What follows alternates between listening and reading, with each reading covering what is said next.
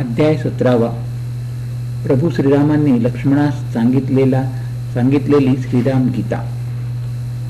एकदा श्रीराम आपल्या राज्यसभेत मंत्री आणि मुख्य सेनापती यांच्यासह बसले असताना त्यांनी बोलता बोलता विजय नावाच्या दूतास विचारले, अरे विजय, माझ्याबद्दल, सीतेबद्दल, तसेच माझे बंधू माता यांच्याबद्दल नगरवासी ग्रामवासी बरे वाईट काही बोलत असतात का? तू सत्य सांग, मुळीच घाबरू नकोस.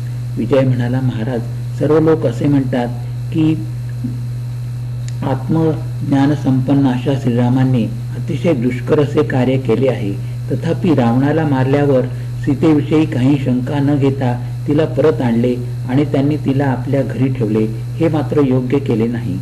अशा स्थितीत आम्हाला आमच्या बायकांचे दुष्कर्म सहन करावे लागेल. कारण जसा राजा असतो तशा प्रकारची प्रजा निश्चित असते.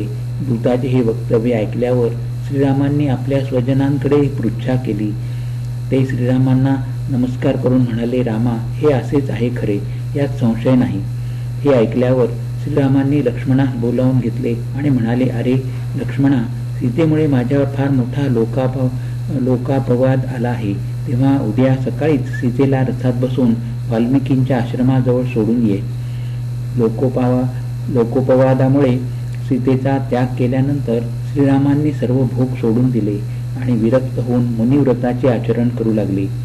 एकदा प्रभू श्रीराम एकांत स्थानी बसले असताना लक्ष्मण त्यांच्या जवळ आला आणि प्रणाम करून त्यांना म्हणाला, हे महाबुद्धिमंता, तुम्ही ज्ञानस्वरूप आहात. समस्त देहधारी प्राण्यांचे आत्मा तुम्हीच आहात. तुम्ही निराकार असूनही सर्वांचे नियंते आहात. तुमच्या चरण कमलांच्या ठिकाणी श्रद्धा भक्ती असलेल्या आणि ज्ञानदृष्टी प्राप्त झालेल्या लोकांनाच तुम्ही प्रतीत होता. हे प्रभो, तुमचे जे चरण संसाराची निवृत्ती करतात आणि योगी लोक ज्यांचे ध्यान करतात, त्या तुमच्या चरणी मी शरण आलो आहे. मी हा अज्ञानरूपी अपार सागर सुखाने व सहजपणे तरून जाईन असा उपदेश मला करावा.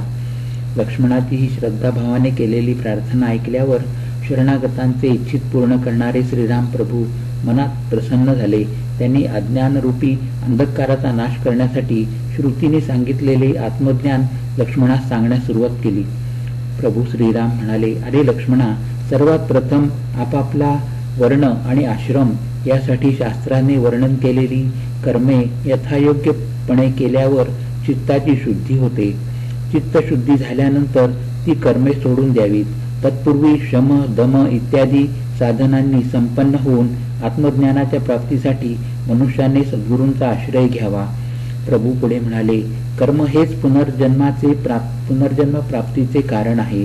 कर्माबद्दल आसक्ती बाळगणाऱ्या मनुष्याच्या बाबतीत इष्ट आणि अनिष्ट अशी क्रिया घडतात. तसेच धर्म आणि अधर्मही घडतात. अशा प्रकारे कर्मापासून जन्म आणि जन्मापासून पुन्हा कर्म अशा चक्राप्रमाणे संसार फिरत राहतो. अज्ञान हेच या संसाराचे मूळ कारण आहे आणि त्या अज्ञानाचा नाश हाच संसारातून सुटण्याचा उपाय शास्त्रात सांगितला आहे. अज्ञानाचा नाश करण्यास ज्ञान हेच प्रभावी साधन आहे. सकाम कर्मामुळे अज्ञानाचा नाश होत नाही, तसेच आसक्तीचा सुद्धा नाश होत नाही. यासाठी मनुष्याने ज्ञानप्राप्तीचा प्रयत्न करावा.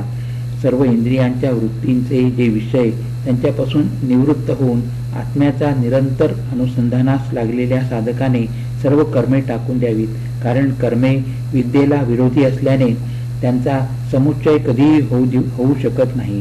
परमात्मा आणि जीवात्मा यामध्ये जो भेद मानला जातो त्याचा नाश करणारे प्रकाशमय विज्ञान ज्यावेळी अंतःकरणात स्पष्टपणे विलसू लागते, त्याचवेळी जीवात्म्याचा संसाराला कारणरूप असणारी माया जे अविद्या सहजपणे आपल्या कारकासह लयास जाते. शुद्ध आणि अद्वितीय अशा परमात्म्याचे विज्ञान झाल्यानंतर पुन्हा अविद्या जे माया उत्पन्न होऊ शकत नाही. श्रीराम लक्ष्मणास पुढे म्हणाले, अरे लक्ष्मणा, विकाररहित चित्त असलेल्या ज्ञानी साधकाने वेदांनी विहित केलेल्या कर्माचा विधिपूर्वक त्याग करून श्रद्धेने संपन्न असलेल्या आणि चित्ताने शुद्ध असलेल्या साधकाने गुरूंच्या कृपाप्रसादाने तत्वमसी आदी वाक्यांच्या अर्थाने परमात्मा आणि जीवात्मा यांचे ऐक्य अनुभवून मेरू पर्वताप्रमाणे निश्चल आणि सुखी असावे. श्रीराम पुढे म्हणाले, लक्ष्मणा, भोगांचा आश्रय असणारे उत्पत्ती आणि नाश असणारे, पूर्वकर्मांनी निर्माण होणारे आणि मायेचे कार्य असलेले जे स्थूल शरीर ही आत्म्याची स्थूल उपाधी आहे.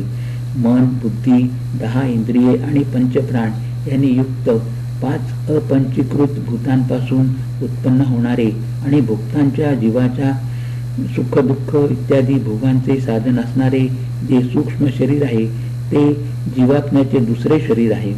अर्थात ही आत्म्याची आणखी एक उपाधी आहे. याशिवाय अनादी अनिर्वचनीय माया हे प्रधान असणारे तिसरे शरीर आहे.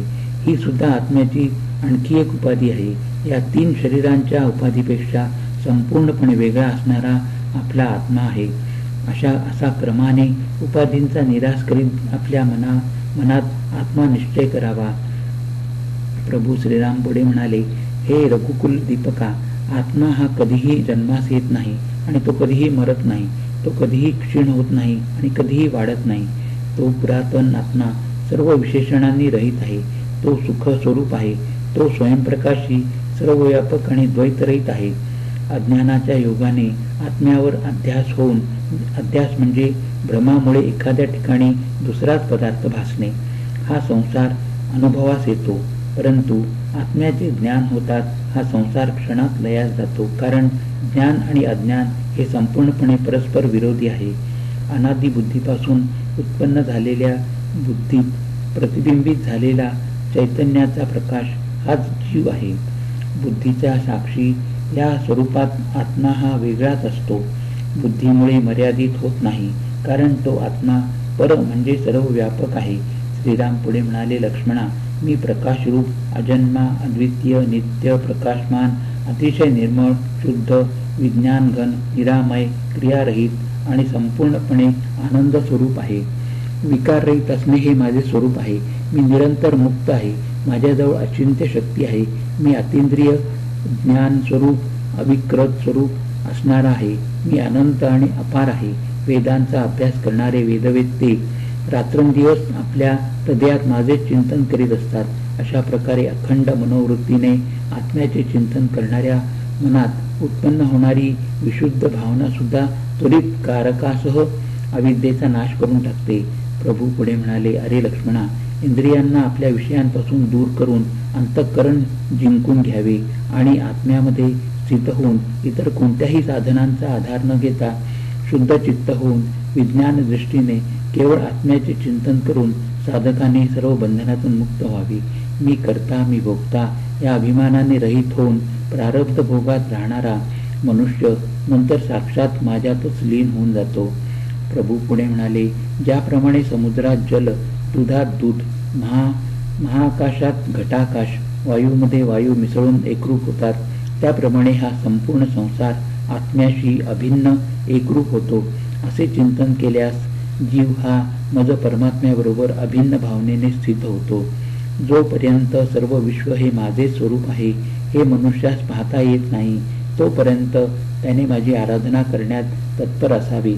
जो पुरुष श्रद्धेने युक्त आणि उत्कट भक्तीने संपन्न असतो त्याला स्वतःच्या हृदयात रात्रंदिवस माझा साक्षात्कार होतो. श्रीराम पुढे म्हणाले, हे प्रिय लक्ष्मणा, सर्व श्रुतींचे सार संग्रहरूप असे हे रहस्य मी निश्चित करून तुला सांगितले आहे. येथे या जगात जे बुद्धिमान पुरुष आहेत ते या रहस्याचे मनन करून एका क्षणात सर्व पापातून मुक्त होतील.